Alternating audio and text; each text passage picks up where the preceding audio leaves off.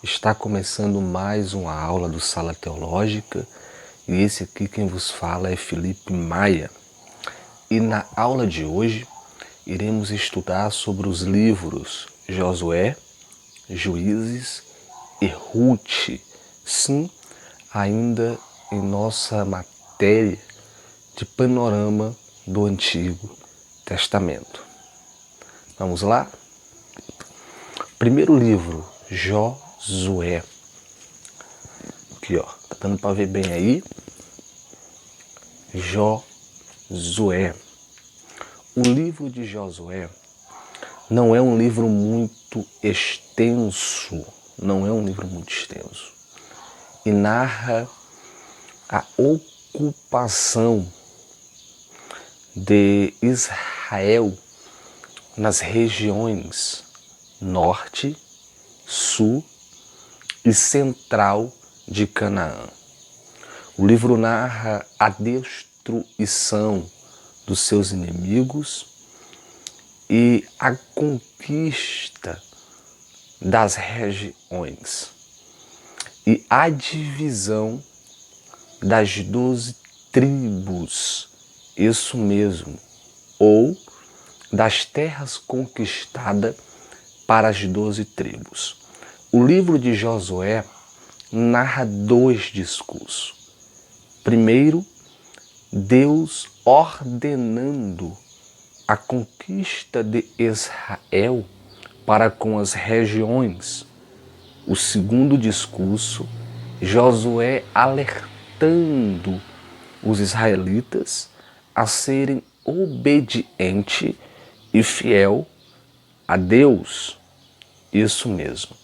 O livro de Josué, ou Josué, chamava-se Oséias e não Josué.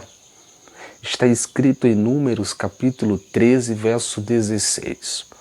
Oséias significa salvação e Josué significa Jeová é a salvação. Então existe um significado distinto do outro. O livro de Josué representa Cristo, sendo o nosso capitão ou sendo o capitão da nossa salvação. Isso mesmo. Existe uma divisão no livro de Josué, que vai do capítulo 1 ao capítulo 12, que fala da ocupação na terra prometida. Capítulo 13 ao capítulo 24 fala da conquista da terra prometida. Cada tribo deveria lutar pelo seu próprio território. Isso mesmo. A única tribo que não lutou, que não pelejou pelo seu território, foi a tribo de Levi, que vem de Arão, a tribo dos levitas e sacerdotes. Até então, Deus cuidaria dos levitas. Deus cuidaria dos levitas. Isso é muito lindo. O livro de Josué tem um pensamento-chave. Qual é o pensamento-chave? Deus dá, mas o homem precisa saber receber. Deus dá, mas o homem precisa saber receber. As tribos de Israel tiveram que dividir 48 cidades na terra de Canaã. Isso mesmo. Josué era um exemplo. Josué, ele seguiu seu mestre e foi fiel até o fim. Josué, ele morreu, mas o seu exemplo continuou falando. Eu sempre ouvi e vou falar aqui para vocês que o maior homem é um servo. O maior homem é um servo. Josué morre, mas o seu exemplo continua falando até hoje, né? Uma vida sem culto é um culto sem Deus. Eu posso ter tudo, mas se eu não tenho Deus, eu não tenho nada. Isso é muito importante, parece simples, mas é profundo. Então Josué, ele foi tirado da escravidão, colaborou sempre com Moisés, esteve sempre ao lado de Moisés. Ele morre com 110 anos, mas da morte de Moisés até a morte de Josué dura um período de aproximadamente 24 anos. Grave isso aí, 24 anos. Qual é a diferença entre Moisés e Josué? A diferença é essa aqui, ó. Moisés é o homem que atravessou o povo de Israel pelo Mar Vermelho. Josué é o homem que atravessou o povo de Israel pelo Rio Jordão. Moisés libertou o povo da escravidão. Josué venceu os inimigos de Israel. Moisés ensinou sobre a fé. Josué manteve a fé ensinada. Isso é muito lindo. Isso é muito lindo. Moisés conduziu o povo para fora do Egito. Josué conduziu o povo para dentro de Canaã. Isso é muito lindo. Moisés representa a lei, Josué representa Cristo, Israel representa a igreja. A gente precisa de Moisés que nos ensine, que nos corrija. E a gente precisa de Josué que nos livre, que nos guarde, que nos conduza a chegar ao nosso destino com a fé que foi ensinada. Amém? Isso aqui é o livro de Josué. Estamos falando algo básico que você possa escrever e aprender. O livro de Juízes. Gente, no livro de Juízes eu não entrarei a fundo na vida de cada juiz de Israel. Irei citar alguns nomes, mas não irei entrar fundo porque até então estamos em um curso básico. Bom, o livro de Juízes é um dos livros históricos que registra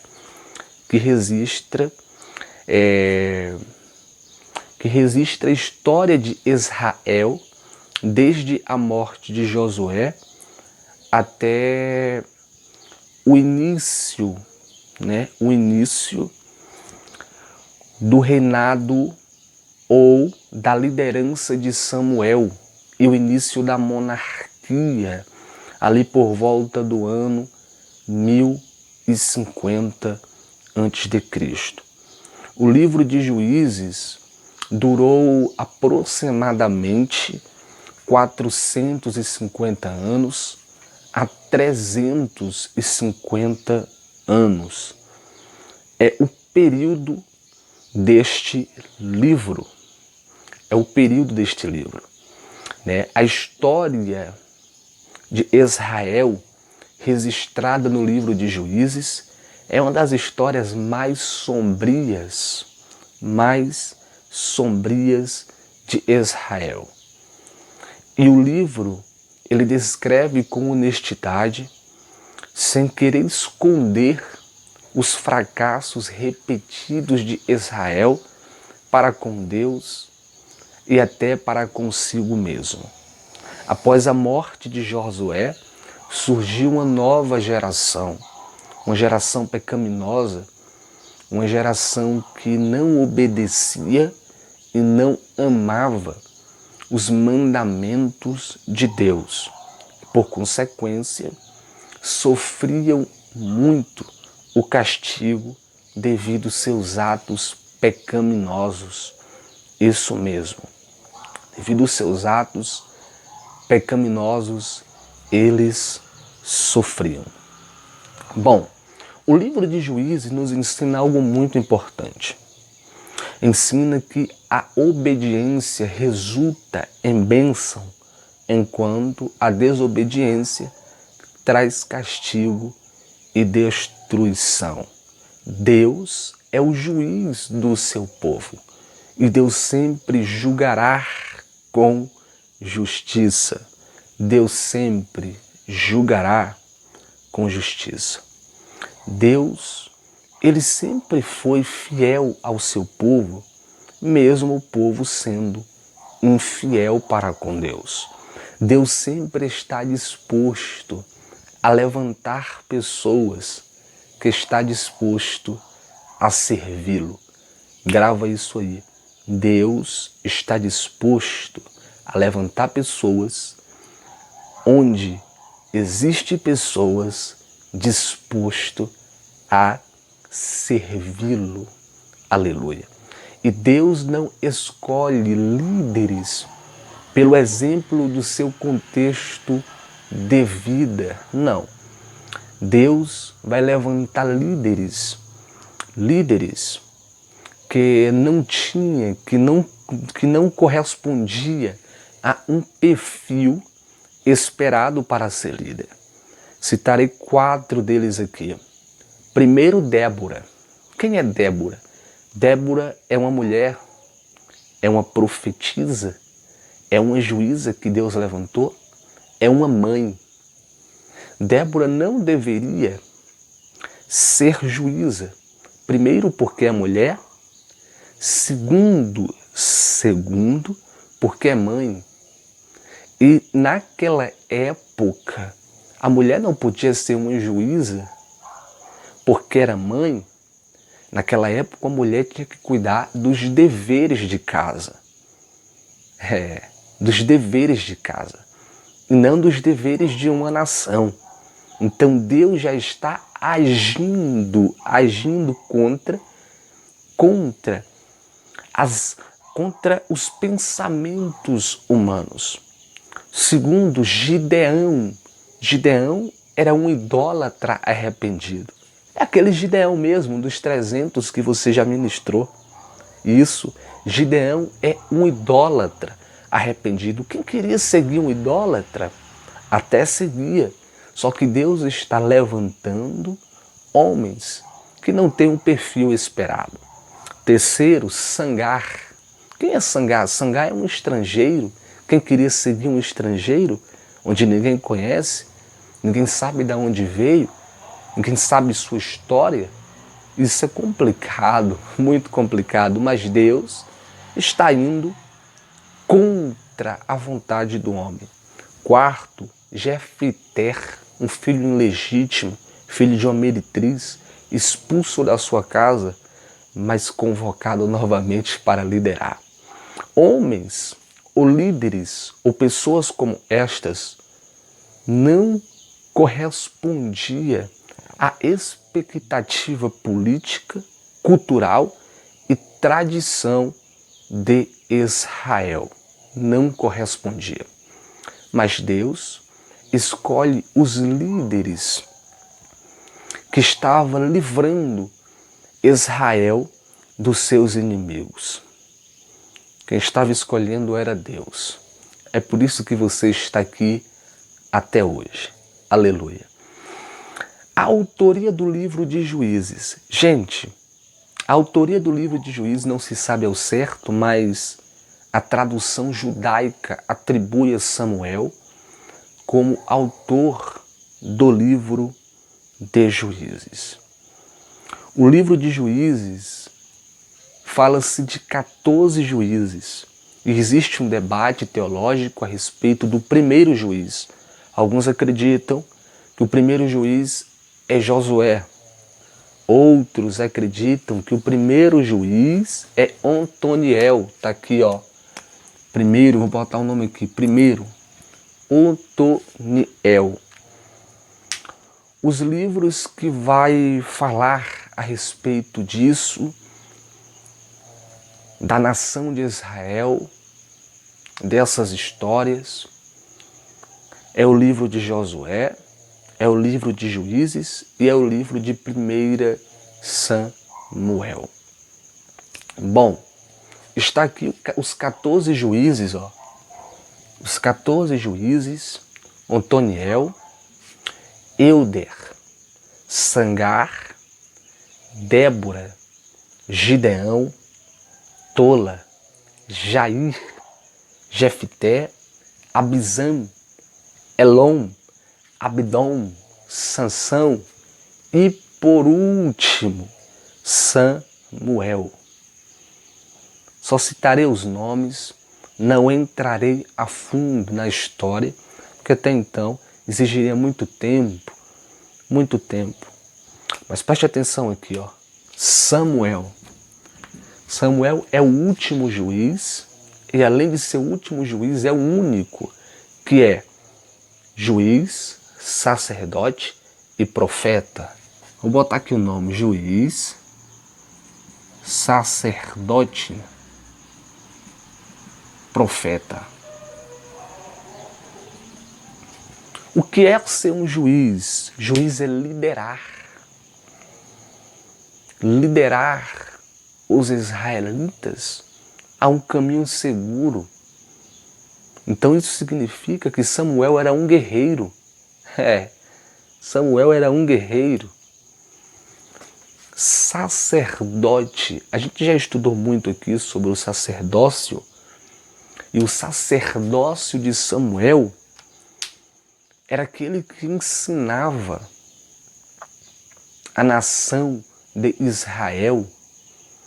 O sacerdócio de Samuel é aquele que permite que ele sacrifique um animal para expiação. O sacerdócio de Samuel é aquele que está disposto a levar o sacrifício até a Deus. É aquele que está disposto de interceder a Deus pelo povo.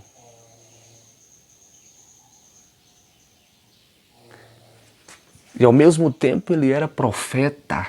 O que é ser um profeta? Ser profeta é ser um porta-voz de Deus. Ser profeta é ser a boca de Deus na terra. Ser profeta é falar o que Deus manda e não o que o povo quer ouvir. Então para Samuel era duro ser juiz, ser sacerdote e ser profeta ao mesmo tempo. Quando Samuel estava sendo juiz, ele estava vivendo o tempo da teocracia. Aí o povo se exalta, rejeita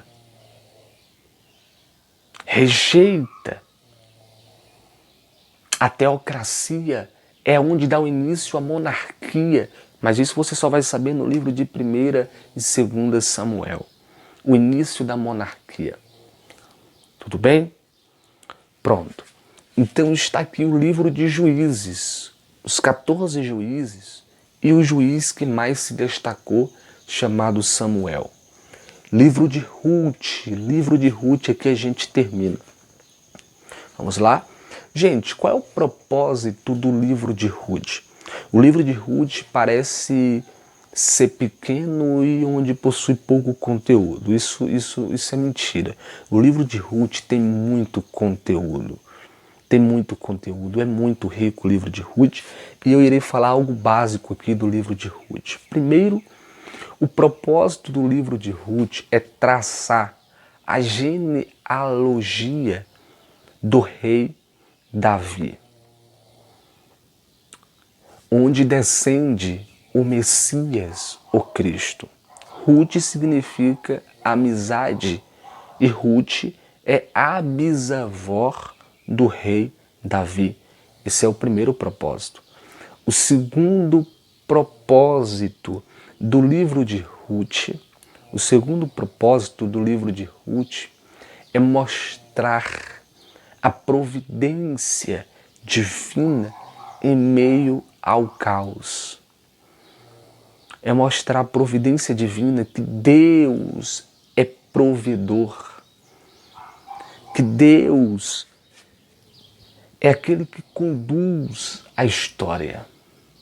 E terceiro, é mostrar que os gentios não estão excluídos da promessa divina. Que promessa é essa, Felipe? Aquela promessa que Deus fez a Abraão. Em Gênesis capítulo 12, versículo 3, em ti serão benditas todas as famílias da terra. Os judeus acreditavam que somente eles eram a nação eleita e que estariam salvos. Não. Só que Cristo, assim como Abraão, Cristo, ele é aquele que morreu por toda a humanidade. E em Cristo todas as famílias da terra são salvas, são abençoadas, são eleitas. Como está escrito em Gálatas capítulo 3, versículo 8. Então, os gentios estão excluídos nessa promessa de salvação. O maior exemplo disso é a própria Ruth, uma estrangeira pagã se convertendo a Deus. Isso é muito lindo. Bom, aqui no livro de Ruth a gente tem alguns personagens, eu dividi aqui homens versus mulher. Eu vou colocar assim um X assim no meio, para que você possa ver. Homens versus mulheres. Vamos lá, sem perca de tempo. Primeiro homem, Elimeleque. Segundo, Malom. Terceiro, Quilion. Quarto, Boaz. Mulheres, Noemi, Mara, Orfa e Ruth. Elimeleque era casado com Noemi. Elimeleque significa Deus é o meu rei. É o homem que tem Deus como rei. É o homem que reconhece a soberania de Deus, mas é o homem que conduz a própria história e não permite que Deus a conduza. Esse tipo de homem é muito perigoso. Isso mesmo. Segundo, Malom significa doente. Quilion significa fraco. Noemi significa agradável. Mara significa amarga, amargurada. Orfa significa teimosa ou teimosia. E Ruth significa amiga, amizade, meiga, doce, entre outros. Boaz significa o resgatador. O resgatador. É o que Boaz significa. Para quem não sabe, Malom era casado com Orfa e não com Ruth. Quilion era casado com Ruth. E Orfa era casada com Malom. Veja bem, Elimeleque morre, Noemi fica viúva e após 10 anos, Malom e Quilion morrem. O livro de Ruth é um livro que abrange um período de aproximadamente 10 anos. Não muito mais que isso. 10 anos. Dentro de 10 anos, Elimeleque morre, Malom e Quilion morrem. Dentro de 10 anos, Ruth e Noemi retorna a Efrata ou a Belém de Judá. Isso mesmo. Tudo isso dentro de um período de 10 anos. Ruth volta, existia uma lei chamada de leviato. Leviato. Esta lei permitia que o parente remisse, ou seja, resgatasse a honra do falecido. Então o único que esteve disposto a resgatar foi Boaz. É por isso que ele significa o resgatador. Boaz é uma representação de Cristo. Eu falei para você que o livro de Ruth parece pequeno em conteúdo, mas não é, é muito rico. Boaz representa Cristo como resgatador, o homem que é livre. Porque Porque até então, para resgatar, o homem tinha que ser livre. O homem tinha que ser dono de um campo. E Cristo é livre. E em Cristo todos nós somos livres. Cristo não é dono de um campo. Cristo é o dono do céu. É o dono da terra. Eu falei para você que o livro de Ruth é um livro muito lindo. É um livro muito imenso em conteúdo. Então Boaz é o resgatador e ele resgata Ruth. Então daqui de Boaz e Ruth surge uma genealogia. Surge uma genealogia. O primeiro filho se chama Obed. Obed. Aí de Obed vem quem? Vem Jessé. E de Jessé vem Davi. Aleluia.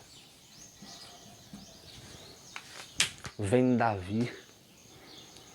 E quem é que descende de Davi? Quem é que descende de Davi? Quem descende de Davi é Jesus.